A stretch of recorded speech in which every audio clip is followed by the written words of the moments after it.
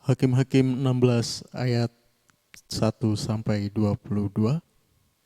Pada suatu kali ketika Simson pergi ke Gaza, dilihatnya di sana seorang perempuan sundal lalu menghampiri dia. Ketika diberitahukan kepada orang-orang Gaza, Simson telah datang ke sini, maka mereka mengepung tempat itu dan siap menghadang dia semalam-malaman itu di pintu gerbang kota. Tetapi semalam-malaman itu mereka tidak berbuat apa-apa karena pikirnya nanti pada waktu fajar kita akan membunuh dia. Tetapi Simson tidur di situ sampai tengah malam. Pada waktu tengah malam bangunlah ia, dipegangnya kedua daun pintu gerbang kota itu dan kedua tiang pintu. Dicabutnyalah semuanya beserta palangnya.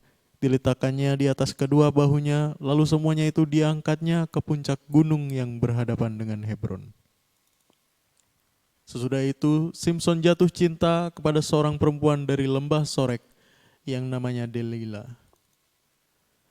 Lalu datanglah raja-raja kota orang Filistin kepada perempuan itu sambil berkata, "Cobalah bujuk dia untuk mengetahui karena apakah kekuatannya demikian besar, dan dengan apakah kami dapat mengalahkan dia dan mengikat dia untuk menundukkannya, maka kami masing-masing akan memberikan 1.100 uang perak kepadamu."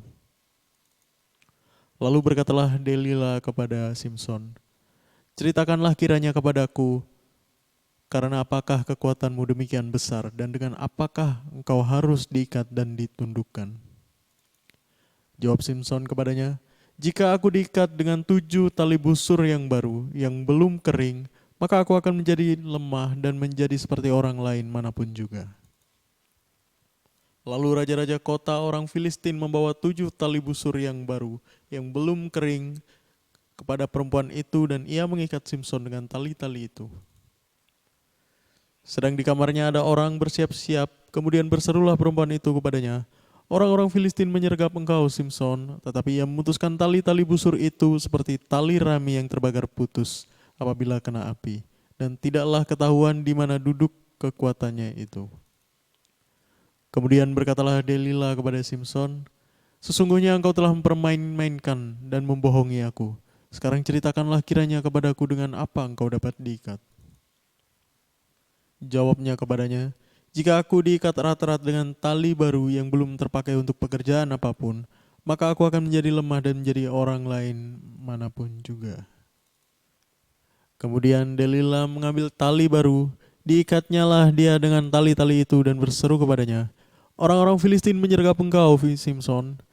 Di kamar ada orang bersiap-siap, tetapi tali-tali itu diputuskannya tanggal dari tangannya seperti benang saja. Berkatalah Delila kepada Simson, "Sampai sekarang kau telah mempermain-mainkan dan membohongi aku. Ceritakanlah kepadaku dengan apakah engkau dapat diikat."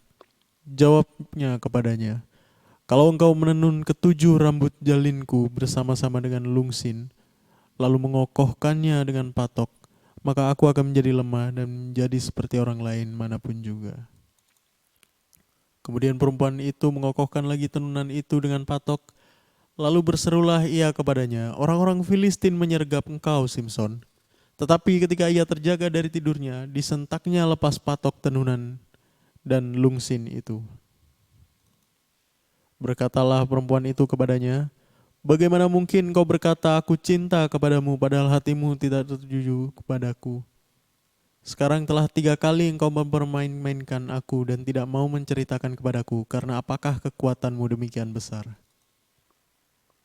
Lalu setelah perempuan itu berhari-hari merengek-rengek kepadanya dan terus mendesak-desak dia, ia tidak dapat lagi menahan hati sehingga ia mau mati rasanya. Maka diceritakannya lah kepadanya segala isi hatinya, katanya, "Kepalaku tidak pernah kena pisau cukur, sebab sejak dari kandungan ibuku aku ini seorang nazir Allah. Jika kepalaku dicukur, maka kekuatanku akan lenyap daripadaku dan aku menjadi lemah dan sama seperti orang-orang lain." Ketika dilihat Delila bahwa segala isi hatinya telah diceritakannya kepadanya, disuruhnyalah memanggil raja-raja kota orang Filistin, katanya, "Sekali ini lagi datanglah kemari, maka ia telah menceritakan segala isi hatinya kepadaku." Lalu datanglah raja-raja kota orang Filistin itu kepadanya sambil membawa uang itu. Sesudah itu dibujuknya Simson tidur di pangkuannya, lalu dipanggilnya seorang dan disuruhnya mencukur ketujuh rambut jalinya sehingga mulailah Simson ditundukkan oleh perempuan itu, sebab kekuatannya telah lenyap daripadanya. Lalu berserulah perempuan itu, "Orang Filistin menyergap engkau, Simson." Maka terjagalah ia dari tidurnya serta katanya, "Seperti yang sudah-sudah, aku akan bebas dan akan meronta lepas." Tetapi tidaklah diketahuinya bahwa Tuhan telah meninggalkan dia. Orang Filistin itu menangkap dia, mencungkil kedua matanya dan membawanya ke Gaza. Di situ ia dibelenggu dengan dua rantai tembaga dan pekerjaannya di penjara ialah menggiling. Tetapi rambutnya mulai tumbuh pula sesudah dicukur. Terima kasih Pak, sudah membacakan dari Hakim-Hakim 16, 1-22, yaitu kebagian keempat daripada kisah Simson, di mana saya akan memberikan judul akhir hidup Simson bagaimana. Dalam Hakim-Hakim 16, 1-22 bercerita akhir hidup Simson itu akhirnya bagaimana. Saudara, sebagai pendahuluan khotbah, itu ada ciri khas pada khotbah saya sebagai pendahuluan, pada isi khotbah, bagaimana kesimpulan khotbah. Itu masih harus jelas, saudara. Pendahuluan khotbah, saudara. Saudara, satu dosa, saudara, akan menyeret pada dosa lain. Simpson main-main dengan satu dosa, merasa dia itu meremehkan dosa itu, dan merasa enak, dia akan menyeret pada dosa lain. Itu satu paket, saudara. Itu pekerjaan iblis yang luar biasa, saudara. Satu dosa saudara lakukan, akan menyeret pada dosa lain yang saudara lakukan kemudian. Saudara akan berzina, muncullah dosa bohong. Itu terus ada satu rentetan. Satu dosa menyeret dosa lain. Yang kedua, saudara, di mana Tuhan Yesus itu tidak kompromi dengan dosa apapun, saudara. Sehingga satu-satu Tuhan akan menghajar saudara saya. Jangan pernah anggap enteng itu Tuhan itu Allah yang makasih, tapi Allah yang bisa murka, saudara. Tuhan Yesus tidak kompromi dengan dosa apapun, saudara. Dia akan simpan dosa sampai mentok, dia akan hajar saudara saya. Itu pendahuluan khotbah saya. Setelah kita masuk dalam isi khotbah bagian kehidupan Simson, saudara. Saudara, kisah kehancuran Simson ke tangan Delila, saudara, adalah salah satu cerita Alkitab yang paling terkenal, saudara. Semua sudah tahu, saudara.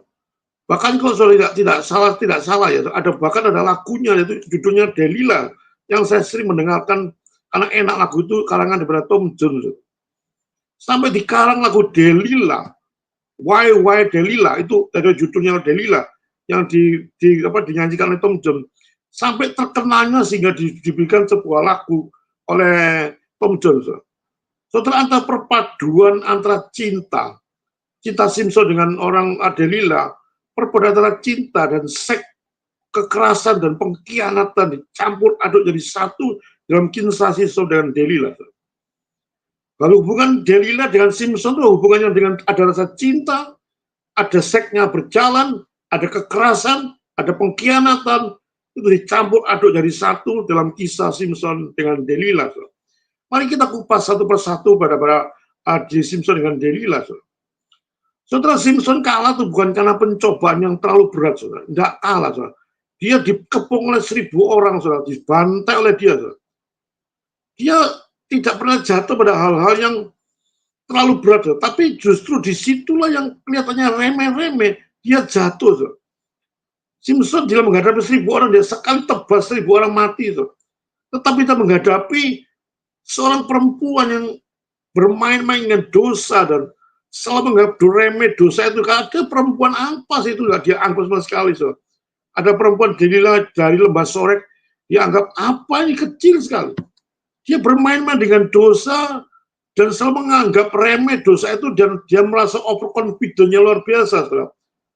Saudara sering melanggar aturan-aturan Tuhan yang sudah diketahui sebelumnya, saudara.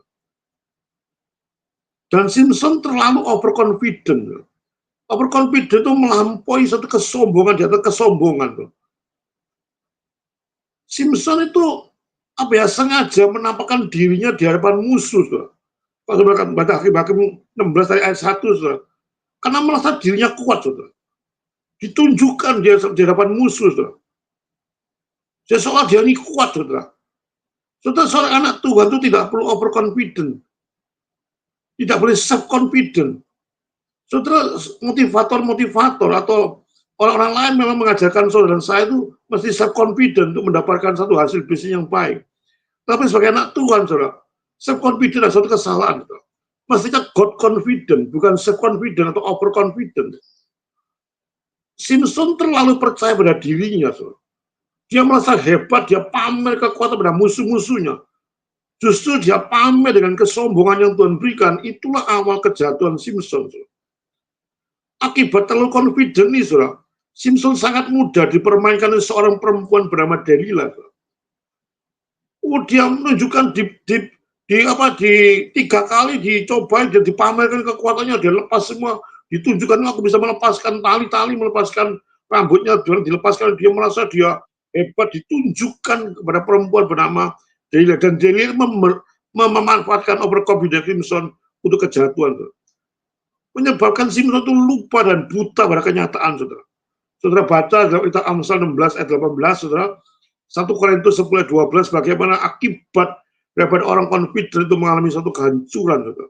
Baca sendiri ayatnya, saudara, saya tidak bacakan di sini, karena saya akan cepat membahas daripada kejatuhan Simpson. Saudara. Yang maksud adalah overconfident-nya Simpson itu membawa dampak kejatuhan gara-gara seorang perempuan yang tidak diperhitungkan dari lembah Soek bernama Delilah. Saudara.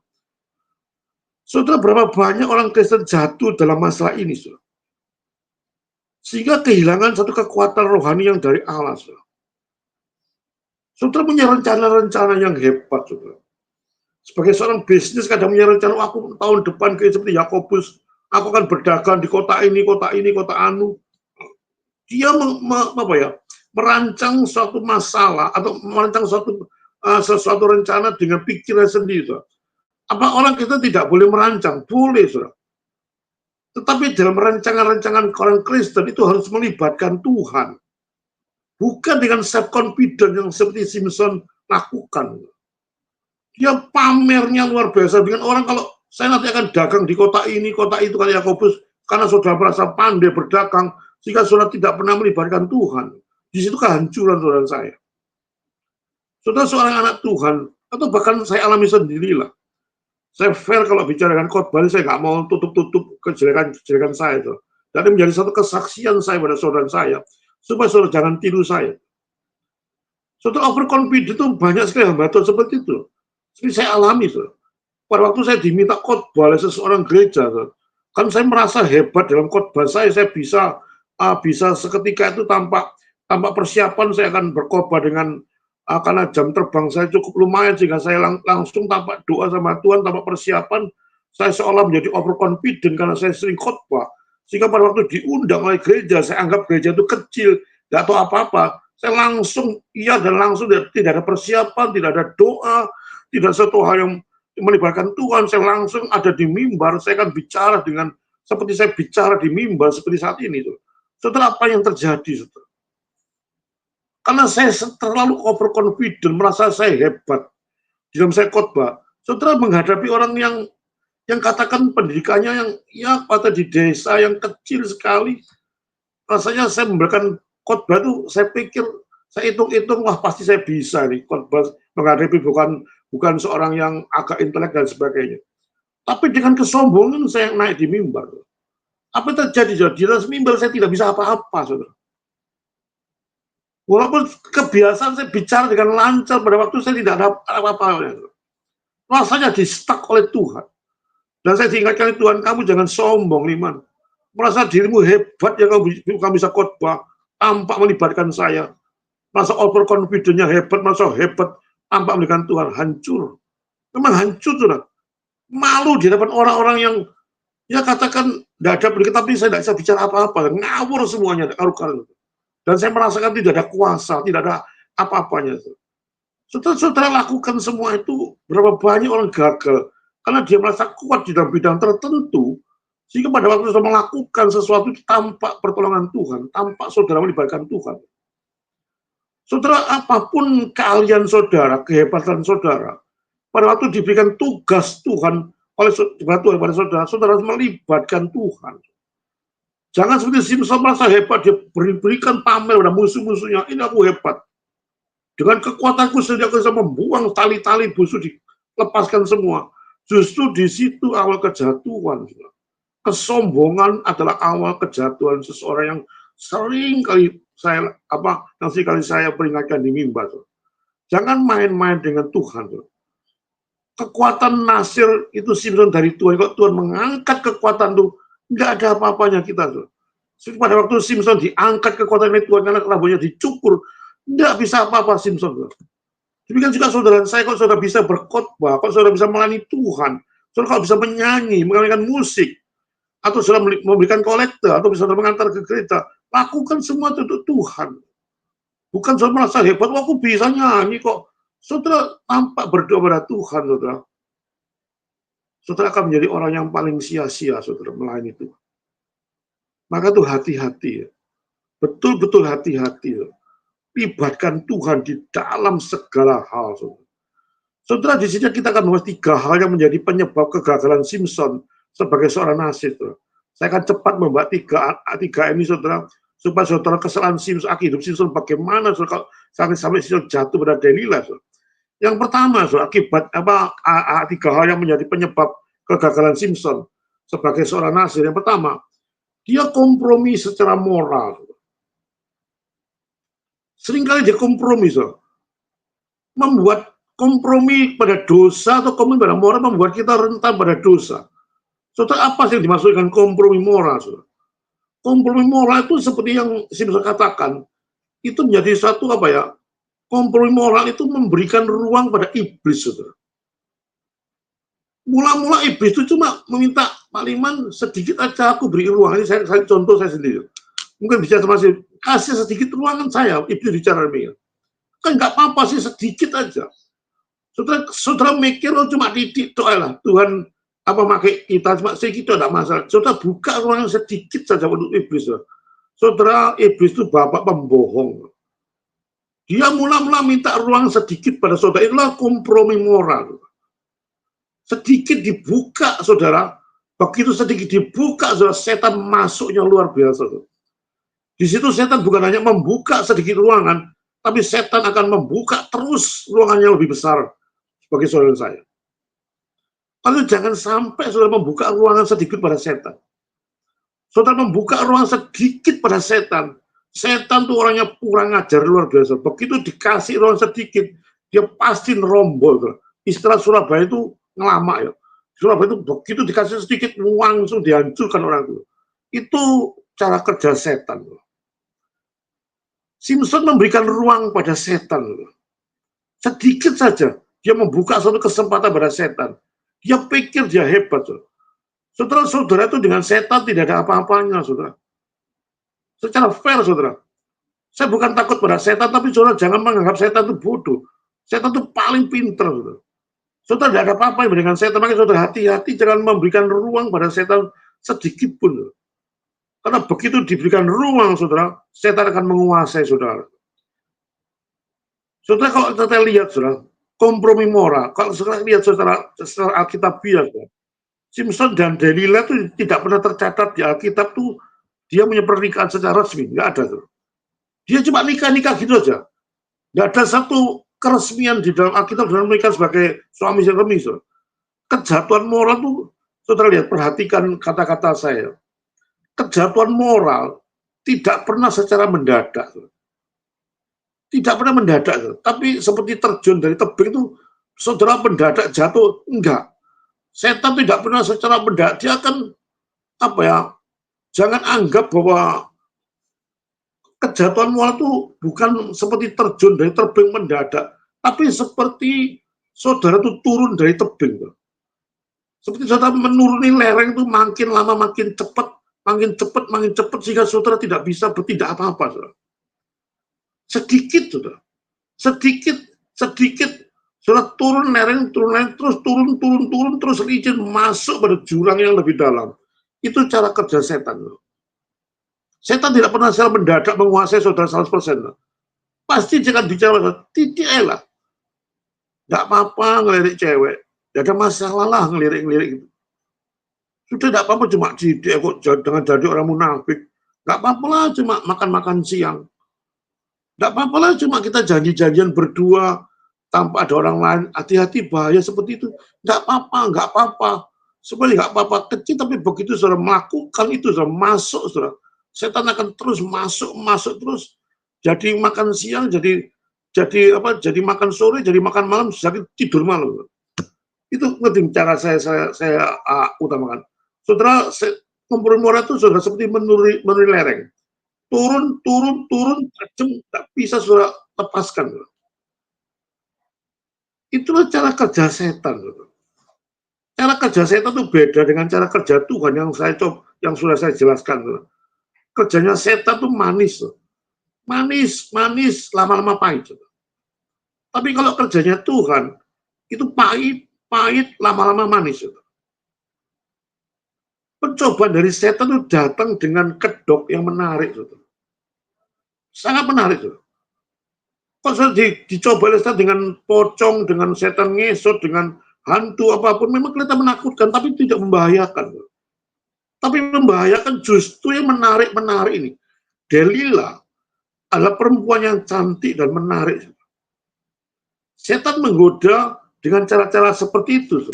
Hal yang menarik dan betul-betul menggiurkan. Bukan dengan bentuk-bentuk yang seram. Dan itu betul-betul tidak bahaya. Tapi dalam bentuk-bentuk yang indah, bentuk-bentuk yang menarik dan memuaskan, di situ ada kejatuhan. Saudara, hati-hati saudara dengan hal-hal yang kelihatannya menarik sekali. Karena promo daripada setan itu mesti enak pertama kali. Menarik, cantiknya luar biasa, hebatnya luar biasa, sehingga saudara tergiur. Yang ketiga, pergaulan yang salah membuat kita jatuh dalam dosa. Hati-hati dengan pergaulan, saudara. Simpson bergaul dengan wanita-wanita yang salah, saudara. Dengan perempuan di Filistin dari Tena, dia sudah salah dengan bergaul dengan wanita seperti itu. Bergaul lagi dengan seorang pelacur daripada Gaza. Bergaul lagi dengan Delila yang pengkhianat, saudara.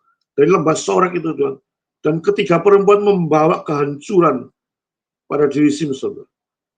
Dia bergaul pada hal-hal yang salah akan membawa dampak yang juga tidak baik. Saudara.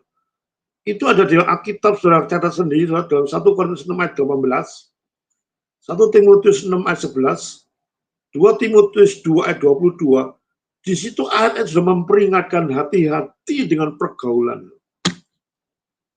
Bukan saya memilih-milih pergaulan.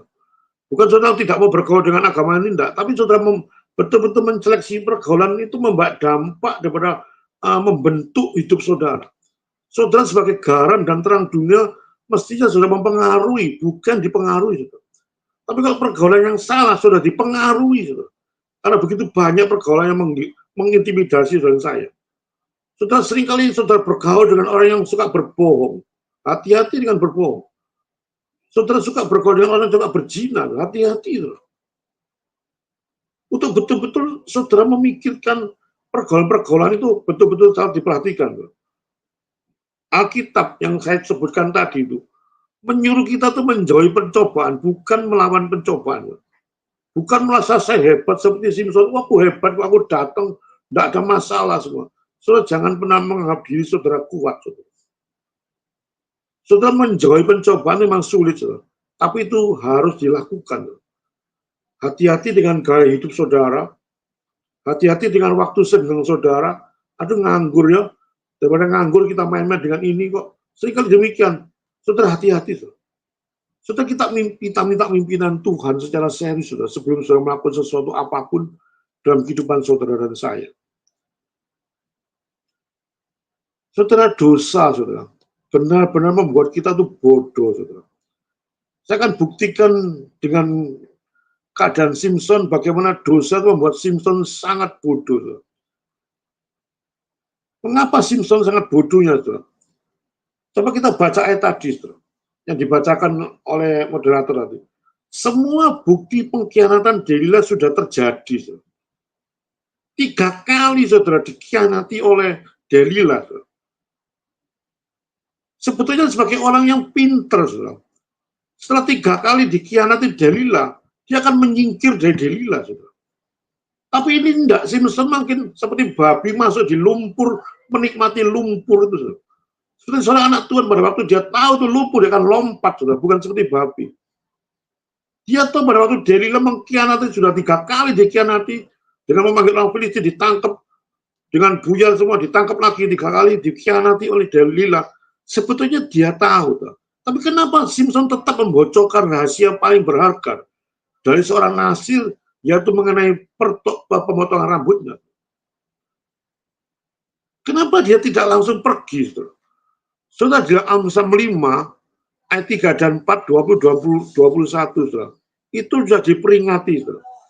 Saudara, saya bukan anti dengan perempuan, tapi ini ayat mengatakan hati-hati dengan lidah dan air mata perempuan Sunda. Itu sudah Amsal 5, 3 dan 4, 20, 21. Saudara. Firman Tuhan mengingatkan hati-hati dengan lidah dan air mata perempuan Sunda. Dikatakan licinnya mulut daripada perempuan asing, the string woman. Perempuan asing katakan licinnya luar biasa. Hati-hati. Dengan rengek-rengek air mata, saudara, Simpson tidak kuat dengan air mata yang merengek-rengek. Pada air mata, di bawah air mata ada satu pengkhianatan. Yang saya katakan antara seks, pengkhianatan, dan kekerasan bercampur dari satu. Saudara. Sehingga Simpson tidak tahu akan kejatuhan. Di Hakim-Hakim 16:17, saudara. Bagaimana mungkin ya? Sudah 3 kali Simpson dikhianati oleh Delila. Saudara. Bagaimana mungkin Simpson itu tidur di pangkuan Delila? Saudara. Setelah perempuan itu membocorkan rahasianya sebanyak 3 kali, sebetulnya kan dia hati-hati dengan perempuan ini. Saudara. Ayat 9, ayat 12, ayat 14, saudara baca tadi. Saudara. Begitu enaknya, saudara. Delila mengkhianati Simpson. Saudara. Tapi dengan 3 kali dikhianati Delila, Simpson tidak bertobat, malah dia tidur dengan enak di pangkuan Delila. Saudara. Ini yang dinamakan kebodohan. Saudara. Yang saya jelaskan tadi, dosa seringkali membuat kita tuh bodoh dan tidak terkendali. Kalau sudah masalah dosa, masalah seks, masalah kenikmatan, saudara dikatakan seperti Amsal, saudara seperti kebo, kata kebo itu dibawa ke pengirikan. Kebo itu nurut, dicocor, mulutnya nurut, dia tidak melawan. Padahal dia tahu dia akan dibantai. Saudara. Kita seperti kebo pada waktu menghadapi seperti itu. Kita sudah tahu itu menghadapi situasi yang begitu sulit, saudara. Begitu pengkhianatan, tapi kita nggak bisa berbuat apa-apa. Saudara. Kalau saya katakan dari dosa itu licinnya, saudara. Setan itu licin, kita jatuh, lereng jatuh, licin, tak terkendali. Dan kita tidak bisa mengendalikan seperti itu. Itu bahayanya, saudara, main-main dosa kecil akan merembet pada dosa yang begitu besar. Saudara.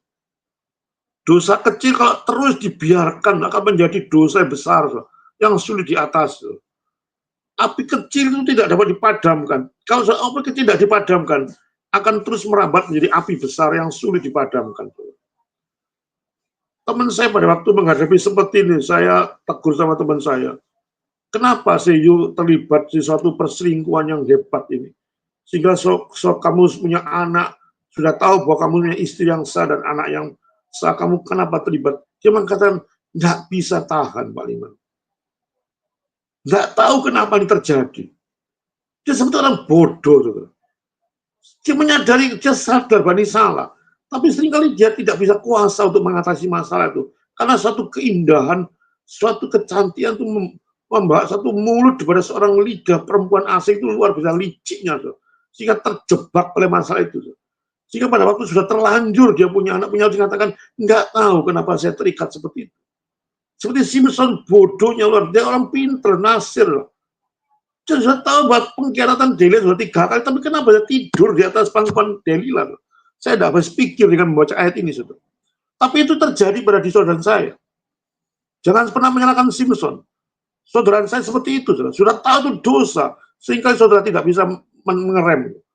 Rasanya nikmat itu lebih nikmat, menikmati daripada saudara takut pada Tuhan. Saudara, itulah keadaan saudara dan saya seperti Simpson. Saya sudah mengatakan Simpson itu goblok, bodoh. Tapi bagaimana saudara saya seperti bodohnya seperti Simpson seperti itu. Makanya hati-hati dengan dosa. Jangan pernah meremehkan dosa kecil, saudara. Itu peringatan yang saya tegaskan. Simpson jatuh kalau meremehkan dosa-dosa yang kecil. Dan merasa dia overconfident. Jika jatuh pada Delila, seorang perempuan dari lembah sore. Saudara. Simpson bahkan tahu bahwa panggilan sebagai Nasir Allah harus menjaga rambutnya itu tidak dicukur selama 40 tahun. Dia tahu harus menjaga Ini satu kenikmatan, satu keistimewaan Tuhan berikan. Jangan cukur rambutnya. Dan Simpson menjaga rahasia itu 40 tahun. Bagaimana dengan renggan seorang wanita, dengan lidah seorang wanita sundal, seperti Delila, dia jatuh pada suatu hal demikian. Meremehkan dosa, sumber kesalahan bukan terletak pada ketidaktahuan, tapi ketidaktaatan pada aturan Tuhan itu sumber kesalahan pada Simpson. Bukan terletak pada ketidaktahuan, tapi ketidaktaatan. So, itulah keadaan saudara saya.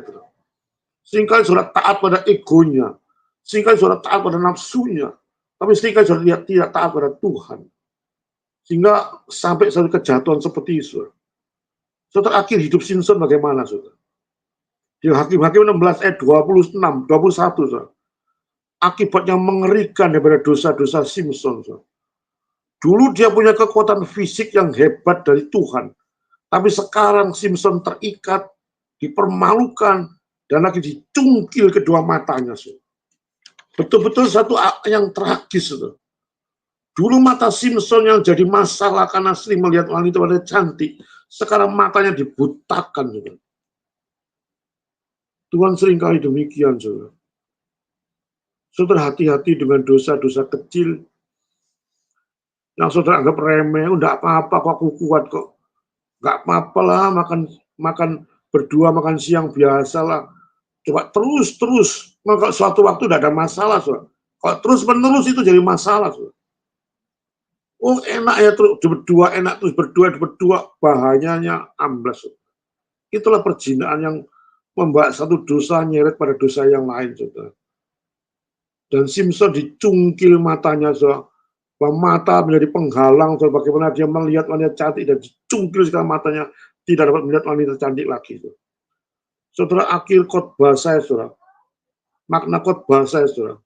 Ada dua hal yang coba saya jelaskan kepada saudara mengenai akhir hidup Simpson yang tragis itu. Semua itu ada waktunya. Saudara. Itu yang pertama saya peringatkan dengan akhir khotbah saya. Saudara. Semua ada waktunya, jangan merasa hebat dan kebal pada dosa. Saudara.